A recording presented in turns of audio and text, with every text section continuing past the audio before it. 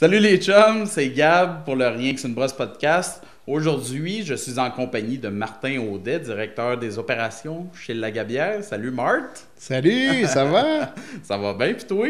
Yes, très bien. Je suis vraiment content d'être là, surtout que, faut dire, t'as été comme le premier ou le deuxième que j'ai enregistré. Puis mon enregistreur a chié. Ben oui. Fait qu'on a parlé dans le vide. On là, a parlé dans le couple vide de minutes. Là. 35 minutes, genre. Là, Ben, c'était super intéressant. C'était super intéressant, mais j'ai pas pu le publier. Fait que là, cette fois-ci, il est à côté de moi, l'enregistreur. J'ai tout bien branché. Ouais, Je t'as le l'œil check. dessus. Là. Ah ouais, tout le temps. Fait que là, ça se reproduira pas une deuxième fois. Pas de trouble. Fait que merci d'avoir trouvé du temps pour Ah moi. ouais, C'est on vraiment est le bien occupés. fun. Là, Ouais, chez avec la Gabriel, nouvelle usine. sérieux. Ah, On ouais. est dedans en plus, puis c'est vraiment, vraiment très beau. Ah, ben merci. Ouais, il y a beaucoup de travail, d'amour aussi qui a été donné. Fait que dans les frères Lagagnère, ils se donnent à fond, mon gars. Ouais, c'est j'ai débile, vu là. ça. Tu les Ouais. as vus travailler au bar tantôt. Ouais, Ils sont ouais. en train d'installer les tapes et tout. Fait que on a toute la broue dans le toupette. En plus, c'est le temps des fêtes. Là, fait que c'est comme on est bien occupés. Mais ça me fait plaisir de te recevoir chez nous. Merci bien. Fait qu'aujourd'hui, on va reparler du vieillissement en barrique qu'on avait déjà jasé pendant 35 minutes la dernière fois. Ouais. Fait que, on va starter ça avec quel type de bière que tu préfères utiliser pour le vieillissement? Hey, bon, c'est une question quand même assez large, là. Mais tu sais, il faut voir, il y a plusieurs types de vieillissement en barrique, si on veut. Moi, j'aime bien des barriques de Bourbon, faire l'affinage des bières fortes en alcool, tout ça, qu'on peut laisser macérer comme plusieurs mois pour aller chercher le côté Bourbon, puis ou spiritueux, si tu veux. Ouais. Fait que ça, c'est une façon de faire. Mais tu as aussi les fûts de chêne que tu peux utiliser pour faire des refermentations avec Brett, Pidio, whatever, qu'est-ce que tu as le goût de faire, tu sais. Mm-hmm. Fait que c'est ça, la question est large. Tu sais. Ouais. Pour une usine, mettons comme ici, où on fait de la grosse production, qu'on canne, tout ça, je ne vais pas aller jouer avec des levures sauvages. Je vais me garder une petite gêne. Tu sais. Ouais. Mais y a-tu un type de bière, tu sais, que tu penses que tu préfères utiliser, tu sais, mettons, est-ce que les blondes, mettons, tu vas laisser ça de côté, ou puis tu vas te concentrer plus sur les noirs, ou Ben, bonne question. OK, ouais, je comprends où est-ce que tu veux venir. Mettons que je ferais pas une New England, une ta meilleure, vieillie en barrique, là. Non, ça. Tu sais, c'est des bières qui sont axées sur le houblon, fait que je favoriserais pas ces bières-là. Mais il peut y avoir des affaires qui sont bien surprenantes. Tu sais. Je me souviens, j'ai fait une Pilsner ailleurs, pas chez Lag, là. OK. Une Pilsner vieillie en fût de pinot noir. Mm. Puis on avait laissé ça 9 mois. Puis la levure qui était restée dans le fût de chêne avait donné une signature vraiment, vraiment très, très cool. Il est allé chercher les sucres résiduels de la Pils bohémienne qui était restée là. Puis ça avait fait de quoi de bien, bien intéressant, tu sais. Mm. Fait que faut essayer, tu sais. Ouais. OK, fait que dans le fond, tu es beaucoup sur le... pas beaucoup, mais je veux dire, tu vas faire du essai-erreur aussi là, pour voir les types de bières que tu vas utiliser. Tu sais, t'as pas des œillères, là, puis c'est juste des stouts que je vais mettre là-dedans. Là. Non, Tu c'est vas ça. en essayer Faut garder un l'esprit couple, large, tu sais. Ouais. Puis, mais ça dépend du fût que tu utilises aussi, tu sais. Ouais. C'est quoi comme fût? C'est un fût de spiritueux, tu sais, qui a eu de quoi avant? Ça peut être même des fûts qui a eu de la bière avant. C'est-tu un fût neuf, tu sais? Fait que là, dépendamment de comment tu as tes fûts, c'est quoi que tu vas faire avec ces fûts-là? Va pas trop loin, c'est des questions que j'ai pour Ah, toi. ok, excuse-moi. Non, c'est bon. Puis là, t'en as parlé un peu, mais c'est quoi les sortes de barriques que tu préfères utiliser, puis pourquoi? Ben, écoute, moi, comme je disais, mettons pour les bières fortes, tout ça, j'aime bien les barriques de spiritueux, mettons Bourbon, Ouais. parce que c'est facile. Puis, tu n'as pas de contamination croisée qui peut arriver, puis tout ça. Puis, bon, les fûts de Bourbon, quand ils fabriquent le Bourbon, il peut être utilisé qu'une seule fois. Fait que c'est quand même assez facile à trouver sur le marché. OK. Fait que, Là, ben là, tu as une bière forte, exemple, une Scotch Ale qu'on est en train de boire de Farnham. ça se barriquerait très bien, on s'entend. Oui, très bien. Ben, t'as ton fût, tu les achètes assez frais, tu sais, pour pas qu'il y ait le temps de sécher, rien. Puis, ben, tu remplis ta bière que tu viens de brasser, puis tu oublies ça 6 mois, 1 an, tu sais, vienne que pourra, tu sais. Ouais, ben c'est ça le truc, faut que tu les oublies, hein. Parce que ben oui, il faut pas que tu rushes la patente. Faut pas que tu rushes les affaires. Un 6 mois, là, tu peux commencer à goûter puis tout ça, en général, là, tu sais. C'est sûr que si tu veux aller vite, là, 3 mois, mais 3 mois, c'est un gros minimum, là, selon moi. Là. À 6 mois, là, on commence à avoir quelque chose, tu sais. 9 mois, en général, là, entre 6 et 9 mois, moi, je trouve que c'est un bon chiffre, là, tout ça. Fait que... OK, puis dans le fond, t'en as parlé, toi, c'est plus les bourbons. Moi aussi, je serais le même style parce que j'adore le bourbon. Mais t'en as-tu déjà essayé avec d'autres? Mettons, comme j'ai vu des barils de vin, puis etc. T'as-tu déjà été là-dedans? Ouais, ben comme je disais, j'ai déjà eu des fûts de pinot noir. Ouais. Aussi des fûts neufs, là, fait que vraiment shine, tu sais. Ouais. Mais ça, c'était pour des bières que je faisais refermenter avec des levures sauvages. C'est-à-dire, je prenais un mou, puis je faisais une fermentation principale dedans, avec levure sauvage. Je faisais pas ça sur une grosse chaîne de production, on s'entend, là. Mais ça, puis aussi, tu peux prendre une bière qui est finie, puis l'affiner dans des fûts de pinot noir, exemple. Puis là, ben, les levures sauvages du vin qui a été utilisé pour faire va venir travailler la bière plus que du bourbon. Parce que le bourbon, c'est fort en alcool, c'est pas mal aseptique là-dedans. Là. Mais dans le vin, ben il y a encore de la vie, ou du cidre. Il va y avoir il y a des levures intéressantes à aller chercher. Puis ici, chez Lagabière, as-tu testé beaucoup ou c'était surtout des bourbons, justement, que tu as utilisé? Ben, chez Lagabière, pour le côté usine, on a uniquement utilisé du bourbon. Sauf que au pub, une plus petite production, il y a Nicolas Lemens, qui est le maître brasseur là-bas. Lui, il utilise pas mal n'importe quelle barrique, puis il fait des expérimentations pas mal plus poussées, parce qu'il peut se permettre d'avoir des levures funky dans sa brasserie là-bas. Fait que, mais au côté grosse production, nous autres, on veut faire bien attention à ça. Fait que on se garde une gêne, comme je disais tantôt. Mais Nicolas, il a essayé pas mal toutes sortes de barriques là, cet été. Puis on fait une petite production qu'on a en bouteille en 750 ml, là, la bouteille. Puis ça se vieillit bien, ça se garde bien, puis tout ça. OK. Puis sinon, si on tombe dans la méthode, c'est quoi vos méthodes pour remplir les barils? OK. Ben, moi, j'aime acheter mon baril, premièrement, d'une source fiable.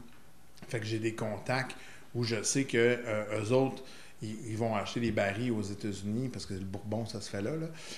Puis ça va être des barils de qualité, puis qui ne traîneront pas longtemps dans l'entrepôt. Moi, je veux un baril qui est encore frais, frais vidé. Fait que quand le baril arrive, inspection visuelle à l'intérieur, y a-tu des cochonneries qui se retrouvent à l'intérieur et tout ça? Non, bon, ben parfait. Là, on fait une purge au CO2 pour évacuer l'air. Fait que j'utilise un bulldog, là. C'est comme une valve avec une tige qui va jusque dans le fond. Puis tu peux brancher un tuyau de CO2. Fait que tu branches ça évacue ton fût de CO2. Puis après ça, tu peux rentrer ta bière dedans. C'est assez rapide. Là. Fait que tu te plugues juste un tuyau direct sur le fermenteur. Tu le branches sa canne, là, sur le bulldog, là, dans le fond, puis tu le remplis peu à peu. C'est ça.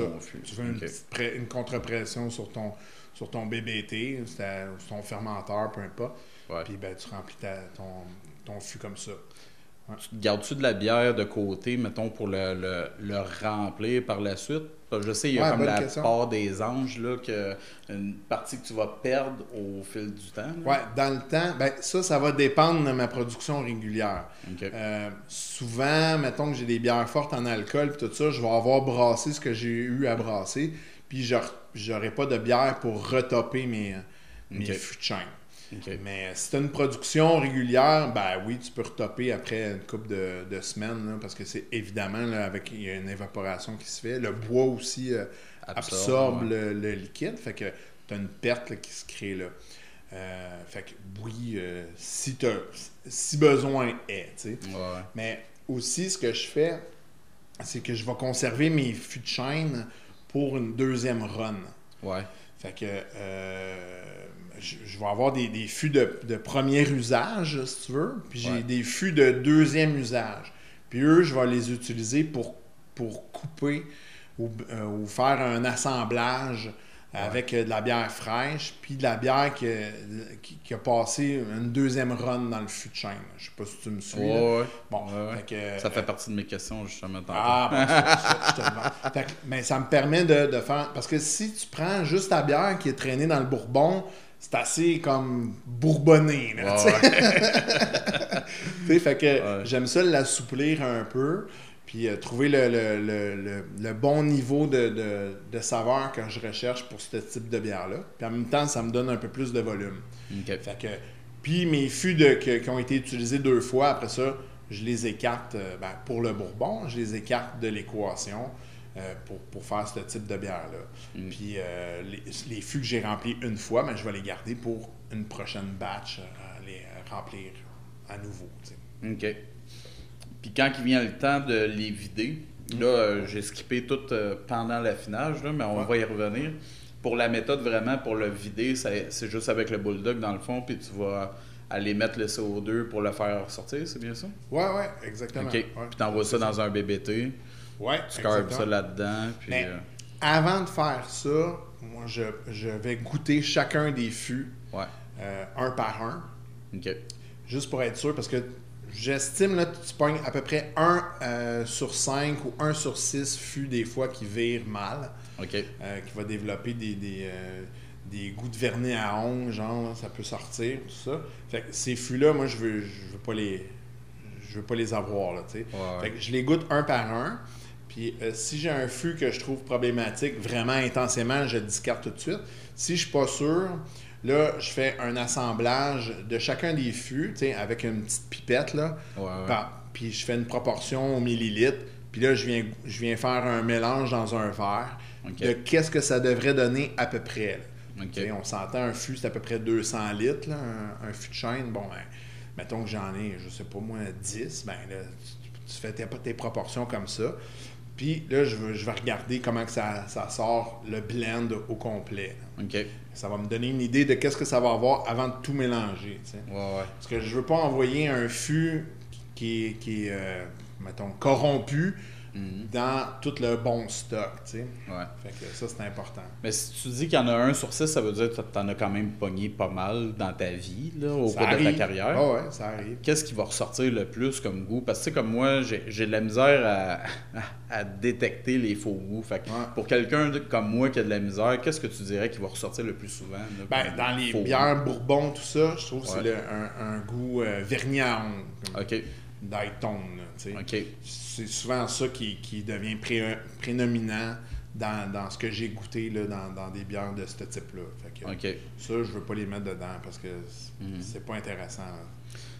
Puis vu que tu fais un blend, il y en a-tu que tu as pogné, mettons, avec un faux goût, puis que vu que tu faisais un coup blendé, mettons, ça ressortait bien ou tu y touches vraiment pas? Ça va dépendre de l'intensité, tu sais. Ça se peut que tu pognes cette saveur-là, puis, OK, mais c'est léger, tu sais, c'est subtil. Puis, mettons, un coup mélangé dans mon échantillon, OK, c'est pas si mal. Bon, j'ai moins peur, tu sais. Fait que tu vas y donner la chance dans le blend pour voir ce que oui, ça exactement, donne. Tu sais, puis souvent, je vais trier les fûts bons, les excellents, les bons, les moins bons, puis les vraiment, genre, je les veux pas, là, c'est dégueulasse, là. Fait que comme ça, on s'entend, puis là, tu fais tes tests comme ça, puis à un moment donné, OK, c'est ces fûts-là qu'on choisit, puis c'est ceux-là qu'on mélange, puis let's go, tu sais. OK. Puis tantôt, tu as parlé des temps d'affinage, là. C'est quoi vraiment ton standard, toi, pour l'affinage?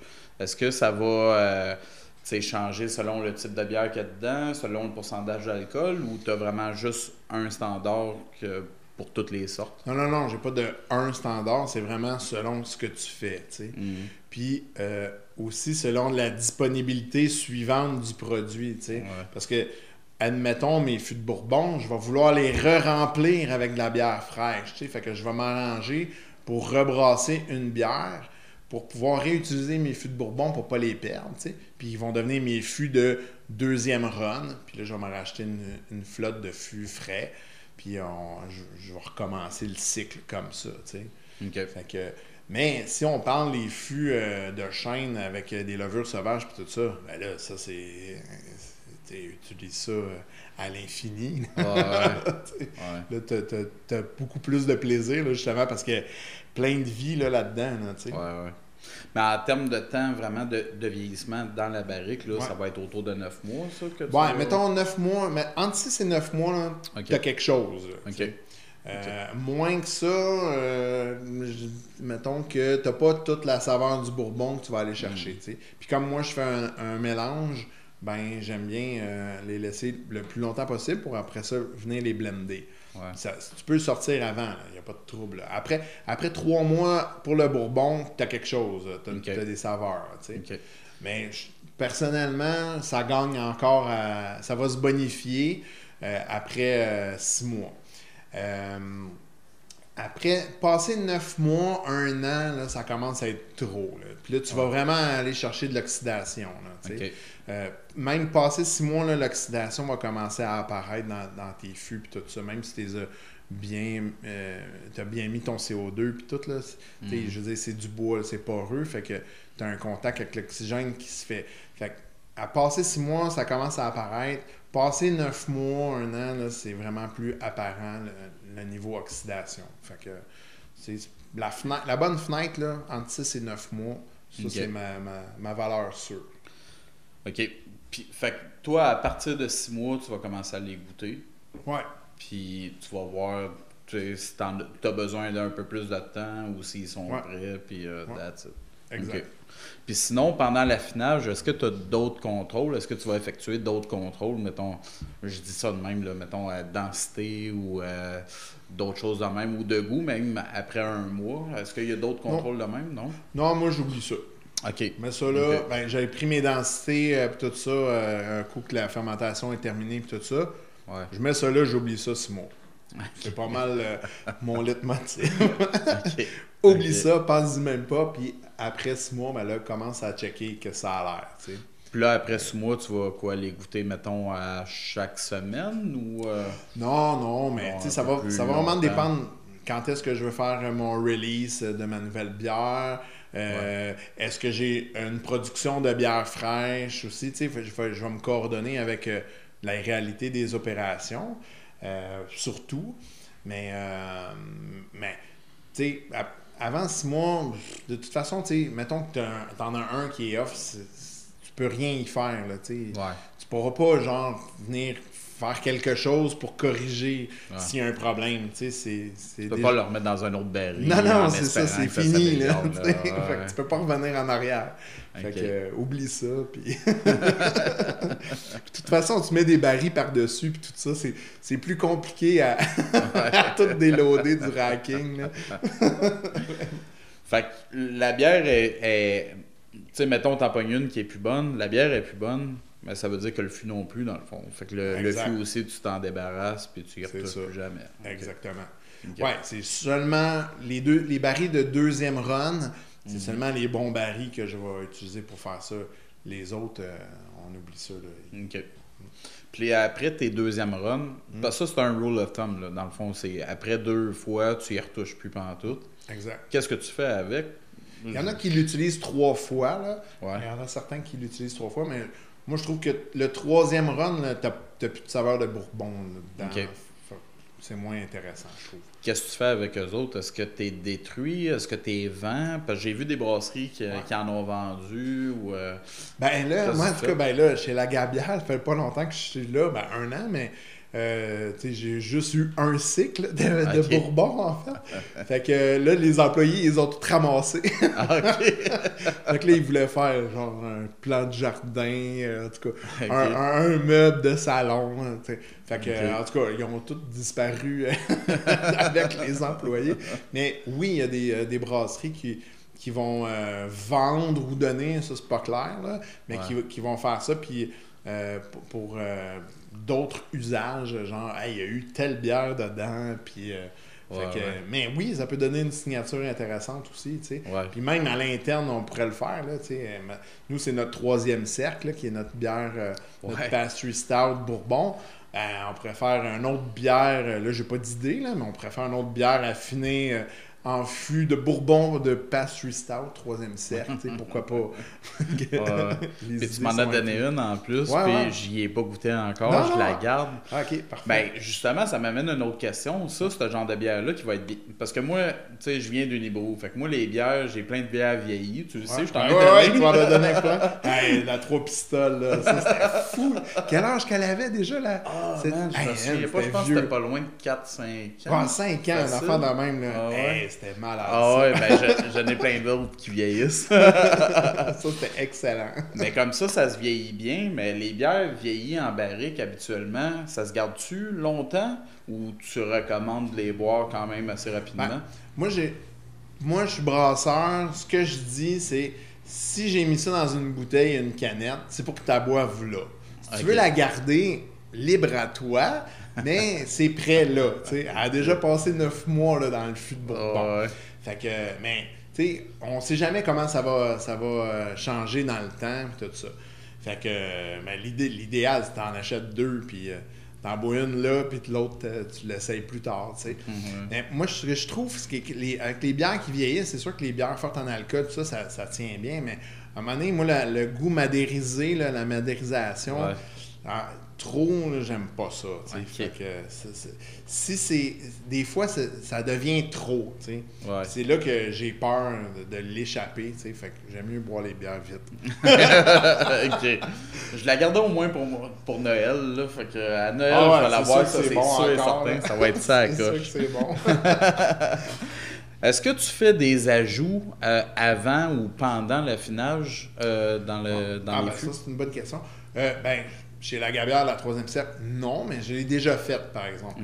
Rajouter dans des fûts du café, par exemple. Ou même du houblon. Fait que oui, tu peux rajouter des affaires.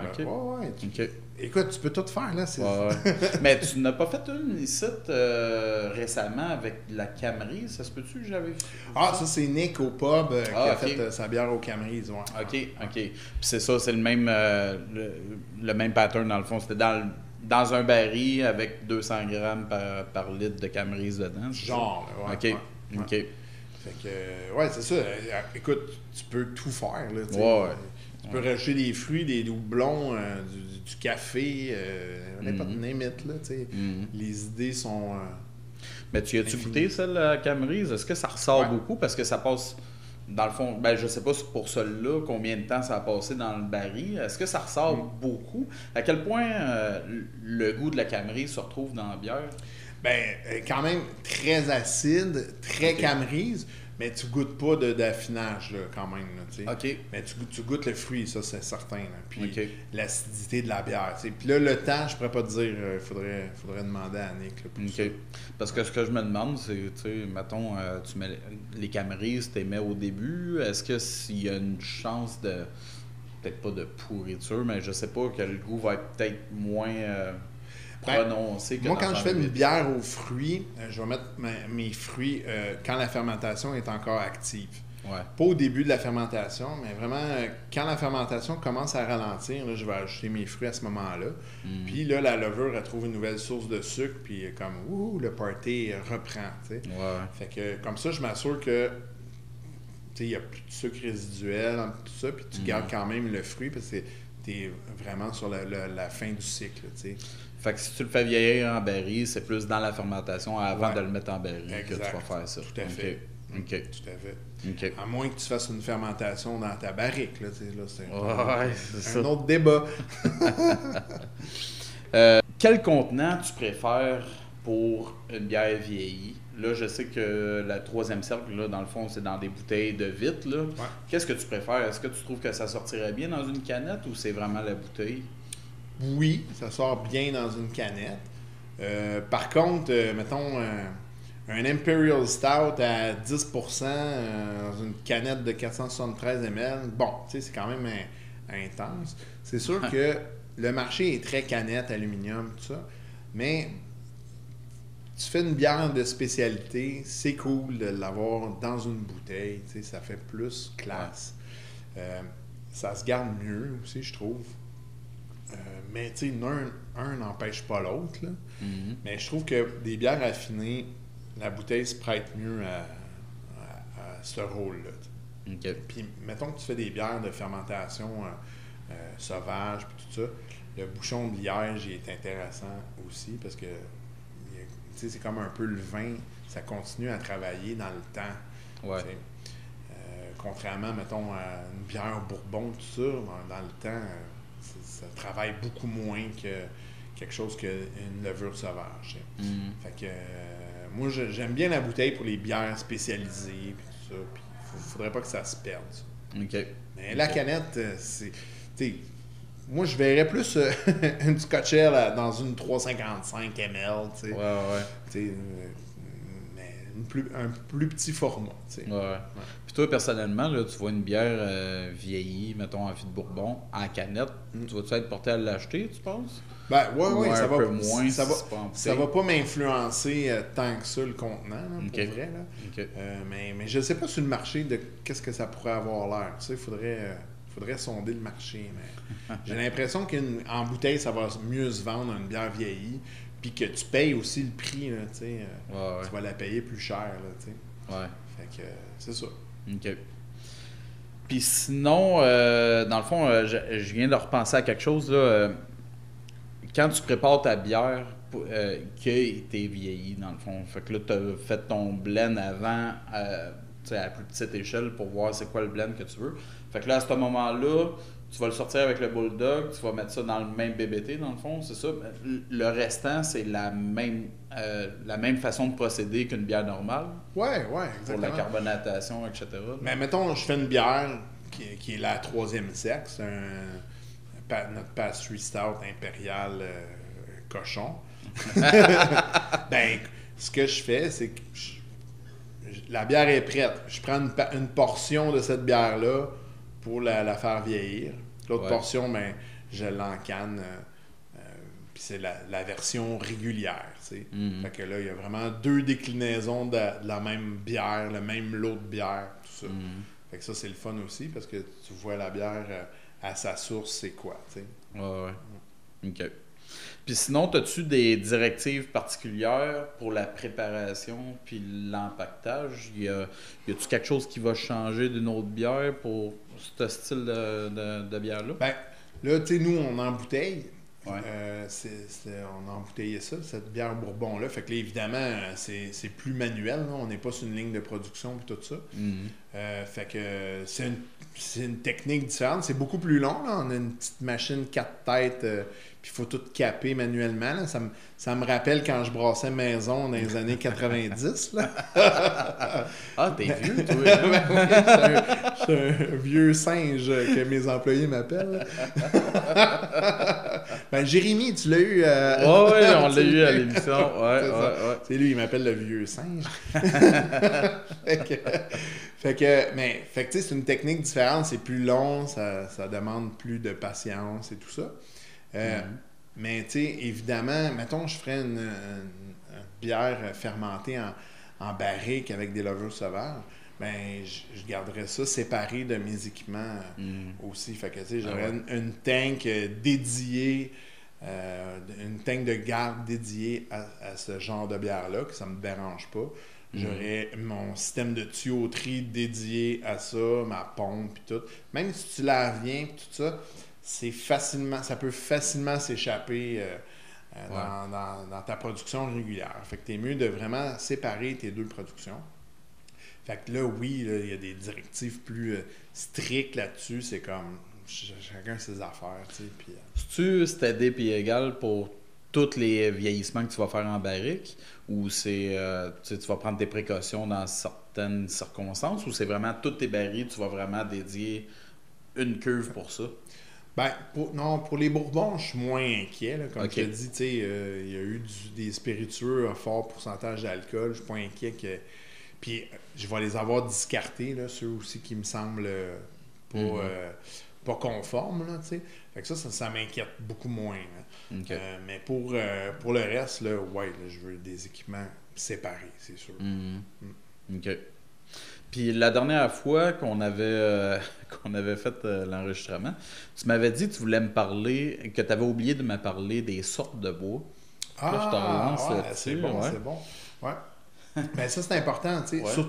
Surtout si tu veux faire des affinages là, qui n'ont pas eu du vin, des spiritueux puis tout ça. Ben là, tu sais, vraiment aller voir, parce que le bois a une saveur aussi, tu sais. C'est un peu comme quand tu fais fumer ton malt puis tout ça. Ben, tu vas aller chercher des saveurs qui peuvent jouer sur tes bières. Fait que, il y a pas juste qu'est-ce qui a passé dans le baril, mais il y a vraiment le type de bois qui va venir amener une saveur différente.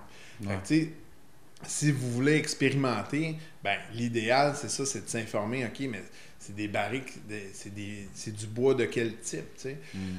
Puis je voulais te parler aussi des foudres. OK. Parce que ça, c'est tu sais, on parle des barils de bois et tout ça, c'est un petit volume, mais tu sais, il y a de plus en plus de microbrasseries au Québec qui utilisent des foudres, qui font des fermentations en foudre. Fait que ça, c'est comme un baril beaucoup plus gros. OK. Puis, tu sais, ça avec, c'est une technique intéressante. Ça veut dire que tu utilises ton foudre comme un fermenteur. OK. Puis, lui, il fait fermenter ta bière et tout ça, mais dans le bois, ben, il se conserve toutes les levures que tu as utilisées puis tout. Puis là, tu fais juste retopper ta bière là-dessus, puis c'est magique, là. Ben, j'ai fait un épisode il n'y a pas longtemps, justement, avec Jérémy Tremblay de la Baleine Endiablée. Lui, il utilise un Gvai Cream, justement. C'est le même principe, mais dans le fond, c'est juste qu'il y a un anneau de bois qu'il a ensemencé en premier, puis après, il réutilise tout le temps cet anneau de bois-là pour ses fermentations. Ben, exact. Fait que le foudre, ben, ça vient... C'est la même chose, tu sais, dans le fond. Parce que ton bois étant poreux, ben, il absorbe des micro-organismes, puis là, c'est lui qui vient travailler ta bière après, tu sais. Fait que, écoute, c'est infini, là, comme truc, comme c'est fun, là. Ah ouais. Puis mettons que tu veux utiliser un foudre, toi, est-ce que tu y vas avec un neuf ou encore là, tu vas en utiliser un qui a déjà eu un spiritueux dedans? Ouais, c'est une bonne question. Moi, j'irais pour un neuf, personnellement, là, parce que c'est quelque chose que je veux utiliser longtemps dans le temps, puis j'aimerais lui imprégner ma signature, tu sais, ou la signature de la brasserie ou de la bière qui va passer dedans, tu sais. Là, je sais que nous, la Gabière, on fait une Pilsner. Hey, ça serait hot, ça. Pilsner en foudre. Ah ouais. Ça me rappelle des choses quand je suis allé en République tchèque. Fait que, tu sais, là, ben, on viendrait donner notre signature, avec notre souche de levure dans ce foudre-là. Ouais. Puis, ça serait le fun, ça. Ben, ça serait le fun, parce que moi, j'ai jamais goûté de Pilsner. Tu sais, là, t'as parlé que t'en avais fait une, là, mais j'ai jamais goûté d'autres choses. Ben, il faut dire que j'ai pas de temps cherché que ça non plus, là, mais j'ai jamais goûté autre chose que des stouts vieillis, tu sais. Je me suis toujours demandé ce que ça donnerait, mettons, une IPA. Tu sais, une IPA vieillie que tu blendes avec une fraîche, là, tu sais, puis faire le dry hop là-dedans, puis après ça, vendre ça. Je me suis toujours demandé ce que ça donnerait. Fait que, bonne question. Mais tu sais, il faut l'essayer. Pour faire ça. Mais là, la Pilsner, écoute, quand j'étais allé en République tchèque, j'ai visité des brasseries là-bas, puis ils font des fermentations ouvertes dans des foudres de bois, là, tu sais. C'est comme wow, là. Ça fait comme 200 ans là, qu'ils font ça. Ils font la même affaire dans les mêmes cuves. Puis ils en vendent, là. Puis le monde en boive, là. Fait que c'est hot, là, tu sais. Mais ça serait pour moi un bon accomplissement, là, faire une Pilsner sacoche, vieillie en foudre, là, je serais comme comblé, là, tu sais. Ben, si tu fais ça, tu m'appelles en premier, je vais venir voir ça. C'est sûr. Puis sinon, c'était pas mal toutes les questions que j'avais, mais qu'est-ce qui s'en vient pour vous autres, là? On est dans la nouvelle usine. Ouais. C'est vraiment beau tout, mais qu'est-ce qui s'en vient pour vous autres? Est-ce que le taproom est déjà ouvert au public? Ou... Ben oui, en fait, notre salon de dégustation a ouvert la semaine dernière. Là, on est... Quelle date là, qu'on est? On est le 7. Bon, ben toi, tu publies ça dans pas long, tu me dis, là? Dans 2-3 jours. Bon, c'est ça. Fait que on est ouvert du jeudi au dimanche. On va peut-être extensionner les heures, ça risque de changer, mais allez sur nos médias sociaux, vous allez voir les heures et tout ça. On a un gros lancement le 11 décembre, c'est-à-dire vendredi, où on va lancer notre 3e cercle VAI Amphi de Bourbon. Fait que c'est la bière de l'année dernière qu'on a mis en canette et qu'on a oublié pendant 9 mois dans des tonneaux. Puis qu'on a embouteillé récemment. Fait qu'on fait le lancement de ça. Aussi, on a lancé notre série Laga, qui est une collaboration avec Arbre Canada. C'est-à-dire qu'à chaque caisse vendue, on verse un montant à Arbre Canada pour reboiser les forêts du Québec. Ah ouais. Puis c'est une série de bières faciles d'accès pour monsieur, madame, tout le monde. Fait blonde, rousse, une saison light et une blanche. Mais en même temps, tu sais, on vise de quoi de moins New England IPA, puis intense en alcool, tout ça. Quelque chose de plus facile pour une bonne cause en plus. Fait que ça a été lancé dans les 2 derniers mois. Puis l'année prochaine, on a une année de fou. On a encore plein d'autres nouvelles bières qui s'en viennent. Une stout. Puis on veut travailler aussi sur la bière sans alcool. Fait que ça, c'est un scoop. C'est un gros scoop. Fait que on veut travailler là-dessus, tenter une bière sans alcool bien houblonnée aussi, tu sais. Ta meilleure sans alcool, genre quelque chose comme ça. Fait que on veut travailler là-dessus. Puis, avec notre capacité de production accrue, là, finalement, on va arrêter d'être en rupture de stock. Parce qu'on avait quand même une bonne capacité de prod à l'ancienne usine, mais on manquait souvent de stock.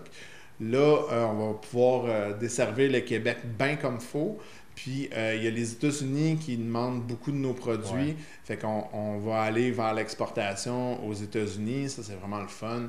Il y a la France aussi et le Japon qui nous ont demandé des bières. Fait que on a renvoyé un petit peu de bière cet été en disant mais là, on peut pas vous en envoyer plus, mais ça s'en vient. T'sais. Fait que puis comment on dit ta meilleure en japonais? Eh boy! Sayonara! Sayonara! Ouais. Ben, c'est une bonne fin pour l'épisode, ça. Ben, merci infiniment. Je suis vraiment content qu'on ait pu remettre ça. Ben oui, enfin! Vraiment, Excuse-moi, j'étais occupé, là. Non, on est tous occupés. Puis, je suis vraiment content d'avoir fait ça avec toi. Fait que merci infiniment. Ça m'a fait plaisir, Gab. Puis à vous autres, les auditeurs, ben, je vous dis à un prochain épisode. Cheers!